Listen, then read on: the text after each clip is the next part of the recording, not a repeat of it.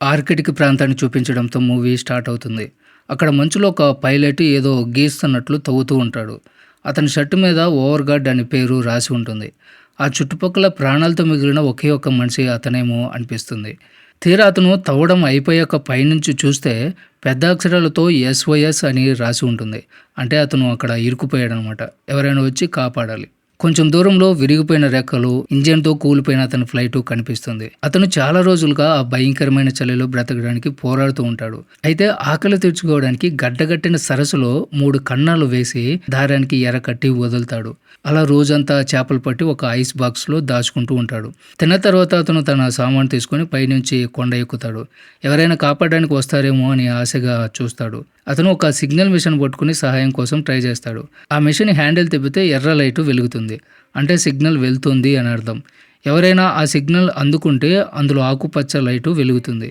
తర్వాత ఫ్లైట్ కూలిపోయినప్పటి నుంచి అతను ఆ గంటల తరబడి ఆ మిషన్ తిప్పుతూనే ఉంటాడు.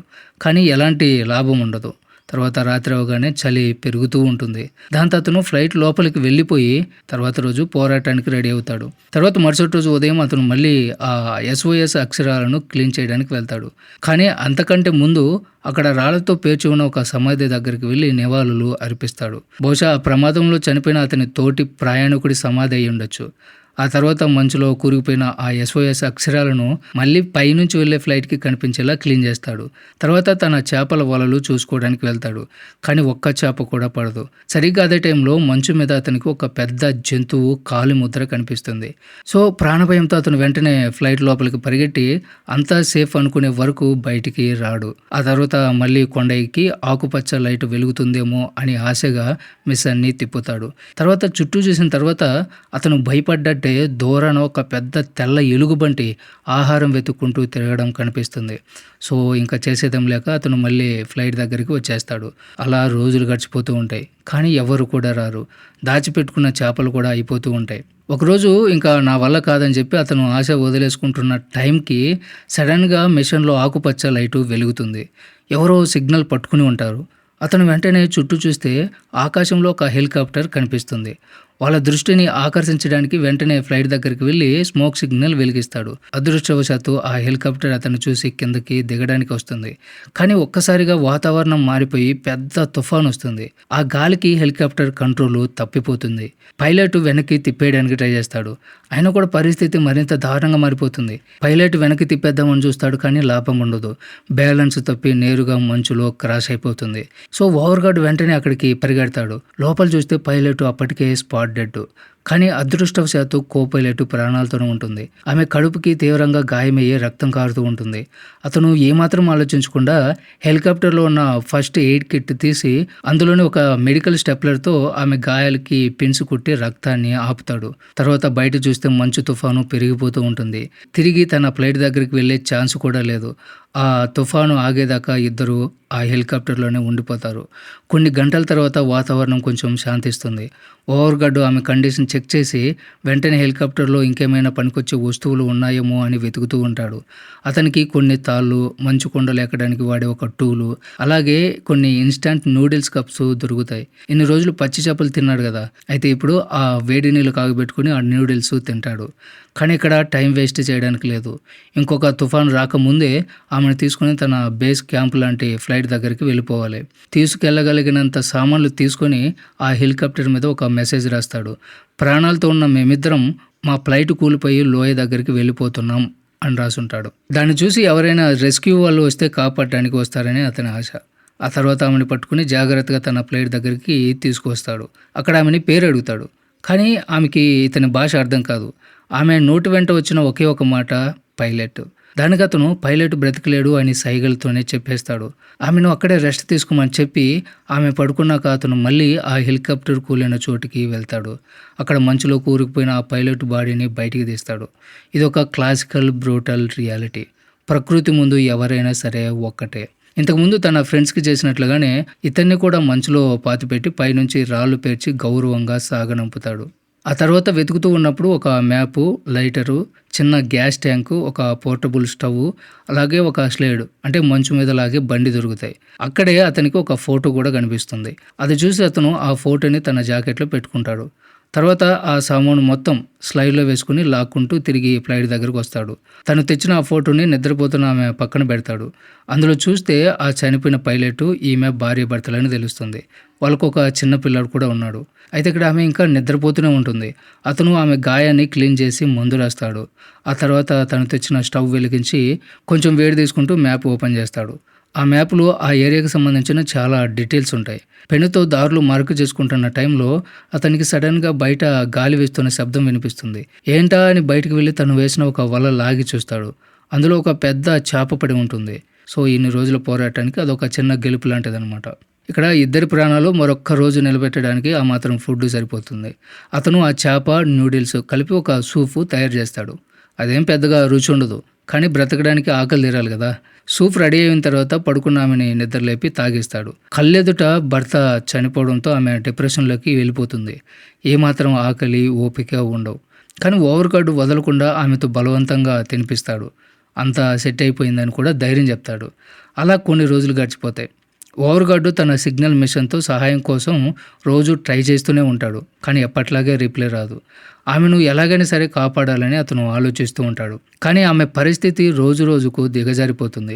మరుసటి రోజు ఉదయం అతను ఆమెని చెక్ చేస్తే ఆమె అసలు స్పృహలోనే ఉండదు.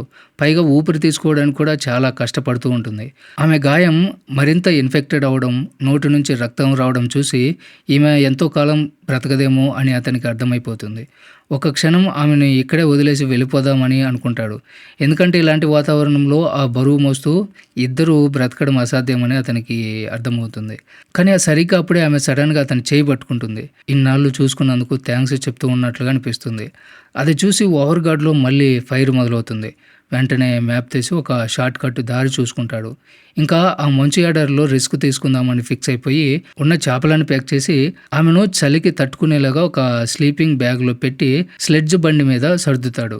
బయలుదేరే ముందు ఆ ఫ్లైట్ మీద ఇద్దరు మనుషులు ఊరిని వెతుక్కుంటూ వెళ్తున్నారు అని ఒక మెసేజ్ రాసి ఆ బండిని భుజాలకు తగిలించుకుని నడవడం మొదలుపెడతాడు.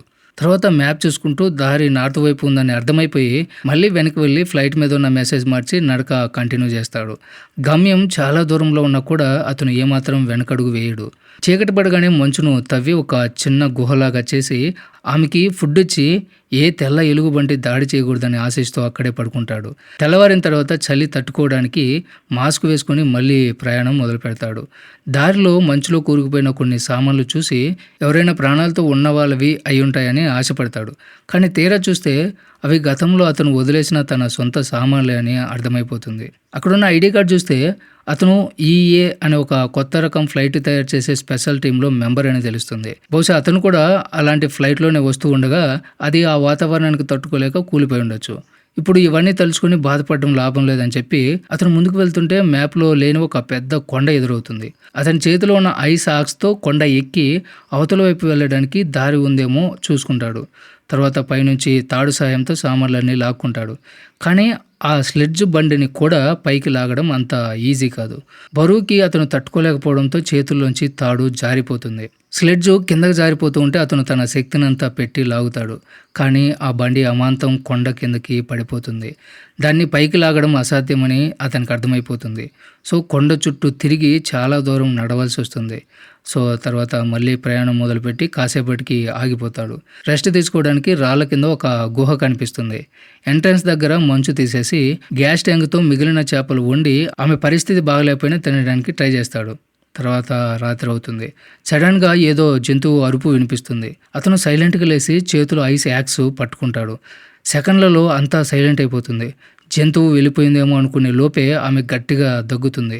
సో ఇంకేముంది, ఆ సౌండ్కి ఆ పెద్ద తెల్ల ఎలుగుబంటి మళ్ళీ అరుస్తూ వెనక్కి వస్తుంది. ఆ చిన్న గుహలోకి తల దూర్చడానికి ట్రై చేస్తుంది. అతను ఏమాత్రం భయపడకుండా వెంటనే ఒక సిగ్నల్ ఫ్లేర్ అంటే ఎర్రటి మంట వెలిగించి దాన్ని ముఖం మీద ఊపుతాడు. ఆ మంటకి జడిసి ఎలుగుబంటి పారిపోతుంది. ప్రాణాలు దక్కాయని అతను అక్కడే నేల మీద పడిపోయి అంతా సెట్ అయిపోతుంది అని తనకి ధైర్యం చెప్పుకుంటాడు. తర్వాత తెల్లారిన తర్వాత బయట చూస్తే ఎలుగుబంటి జాడ ఉండదు. కానీ ఇక్కడ ఉంటే రిస్క్ అని చెప్పి మళ్ళీ ఆ స్లెడ్జ్ లాక్కుంటూ బయలుదేరతాడు. దారేమో అంతులేనిది. దానికి తోడు భయంకరమైన మంచు తుఫాను. కళ్ళు కూడా కనపడవు.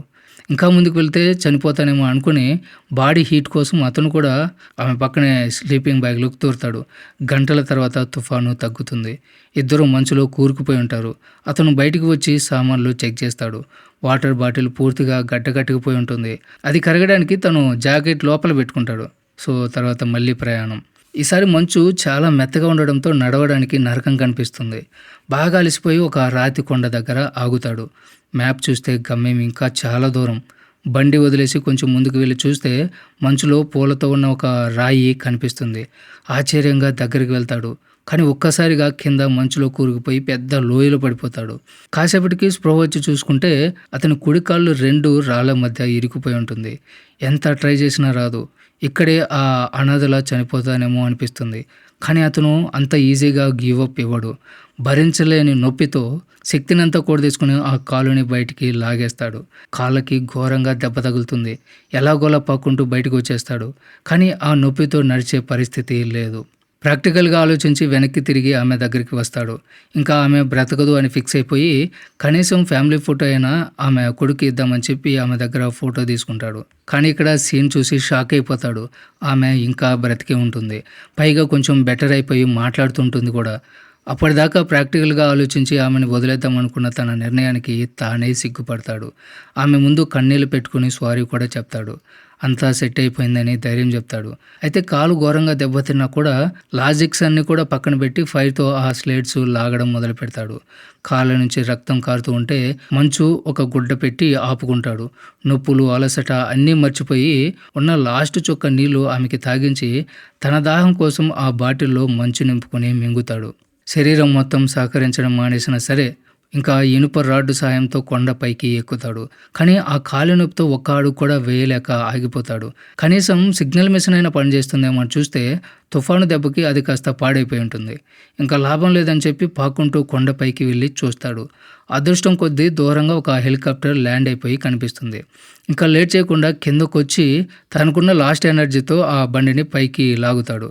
హెల్ప్ కోసం అరుస్తాడు. కానీ గొంతు పెగలదు. చేతిలో ఉన్న ఆఖరి ఫ్లేర్ అంటే సిగ్నల్ మంట వెలిగించి గాలిలో ఊపుతాడు. కానీ ఎవరు కూడా గమనించరు.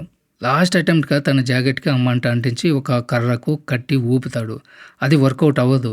ఆ హెలికాప్టర్ ఎక్కి టీం మొత్తం వెళ్ళిపోతుంది. సో ఇంకా ఏ ఆశ కూడా ఉండదు. ఆఖరి ప్రయత్నంగా ఆమెను పైకి ఎత్తి పట్టుకుని నన్ను వదిలేయండి, కనీసం ఆమెనైనా సరే కాపాడండి అని ఏడుస్తూ బ్రతిమలాడతాడు. కానీ హెలికాప్టర్ దూరం వెళ్ళిపోతుంది. బ్రతుకుతామన్న ఆశలు పూర్తిగా అయిపోతాయి. అయినా సరే ఆమెని మళ్ళీ స్లెడ్జ్లో పడుకోబెట్టి నిన్ను ఎప్పటికీ వదలను అని మాట ఇస్తాడు. ఇద్దరు మంచు మీద అలాగే పడిపోతారు. అంతా సెట్ అయిపోయింది అని ఆమెకు తనకి తాను చెప్పుకుంటూ అలాగే స్పృహ కోల్పోతాడు. ఇంకా గేమ్ ఓవర్ అనుకుంటున్న టైంకి సరిగ్గా ఇద్దరి పక్కన గట్టిగా గాలి వీస్తుంది. కళ్ళు తెరిచి చూస్తే వెళ్ళిపోయిన హెలికాప్టర్ కరెక్ట్గా ఎదురుగా ల్యాండ్ అయిపోయి ఉంటుంది. సో ఫైనల్గా ఆ పోరాటం గెలుస్తుంది. తన ప్రాణాల కంటే ఎదుటి మనిషి ప్రాణం కోసం అతను చూపించిన ఆ ఫైరు క్రూరత్వమైన ప్రకృతిని కూడా ఓడించింది. సో ఈ సీన్తోనే మూవీ ఎండ్ అవుతుంది. సో ఇది ఫ్రెండ్స్ ఇవాల్టి video. Don't forget subscribe. Thanks for watching.